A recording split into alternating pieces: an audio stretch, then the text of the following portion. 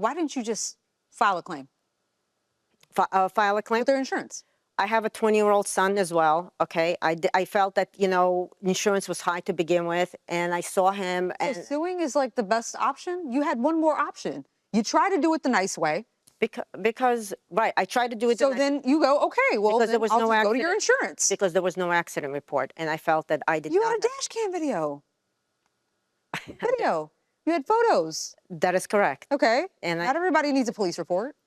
So I don't know. I really didn't. I don't know. Okay, so is your car repaired now or no? No, it is But not. you can still drive it? It is drivable. Okay. It's not that it's not drivable, but I just wanted to be made No, whole. I saw the damage. I mean, I saw Melissa there trying to buff it out as best as she can. I'm going to open it up. All right, so you didn't want to go through your insurance because it would raise your premiums, theoretically. That is correct. And I felt like it would be the same thing. And not only that, but you know, when we stopped and everything, in the windshield on the mirror is a handicap. And the first thing that I'm being told is like, don't worry, my mother will pay for it. So they had a handicap hanging from the mirror? Yes. You know you're not allowed to drive with those hanging from the mirror, right?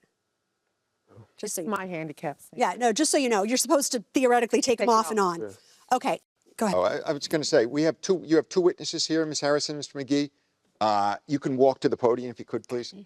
You've already been sworn. Were you two in the car at the time? Yes, I was in the passenger side. Now, other than the fact that Miss Michelle was going pretty fast. Absolutely. What do you have to offer that would help, Mr. McGee? Well, basically what my brother's saying is 100% correct. He was merging into the right lane. He put his blinkers on, and yes, he did stop a little bit, but he was still going to the lane, and Miss Natalie sped up. That's why the cars, you know, collided together like that, because she sped up. As you can see in the video, she was speeding. It was a four-way lane, and the speed limit is probably like 30, 35 miles per hour. And did you hear the honking at all? No, I did not. Yeah, no honking. Miss Michelle, you said you watched this car from 3 lanes over come across to your lane. So it was clearly on your mind. Why weren't you more defensive when you saw this car coming over into your lane? Because at one point he actually stopped. And when he stopped, I thought that he stopped. Then when did the honk come in? The honk came in right when he stopped. And I honked him saying, like, by the way, I'm here. Like, don't. Hey, instead of honking, why didn't you stop? Right? I mean, the two of you can take a seat. Thank you. Thank you. Instead of honking at him like, I'm here, don't go there, why not just stop? And you appeared to be going pretty fast. Can we see that video again if we can? We're going to enhance the dash cam so that we can see the speedometer to determine exactly how fast you were going into that intersection. Oh, 43. Okay. So she was. But then the car right speed. next to me is going faster than even I am. I'm going to put up the pictures that you took of your car, if I can, Miss Michelle.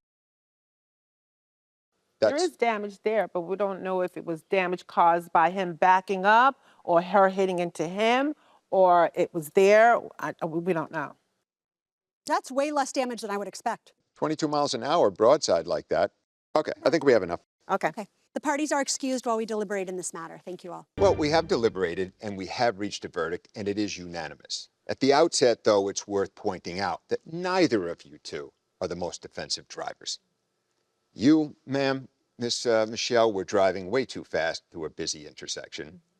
However, it was your lane, and Mr. McGee, you should have been aware that that lane was occupied and there was a car coming. You shouldn't have just assumed that the car was going to stop. Yes, Your Honor. The damages that you've submitted, the claim, is reasonable. So the award is $832 to the plaintiff. That's the verdict of the court.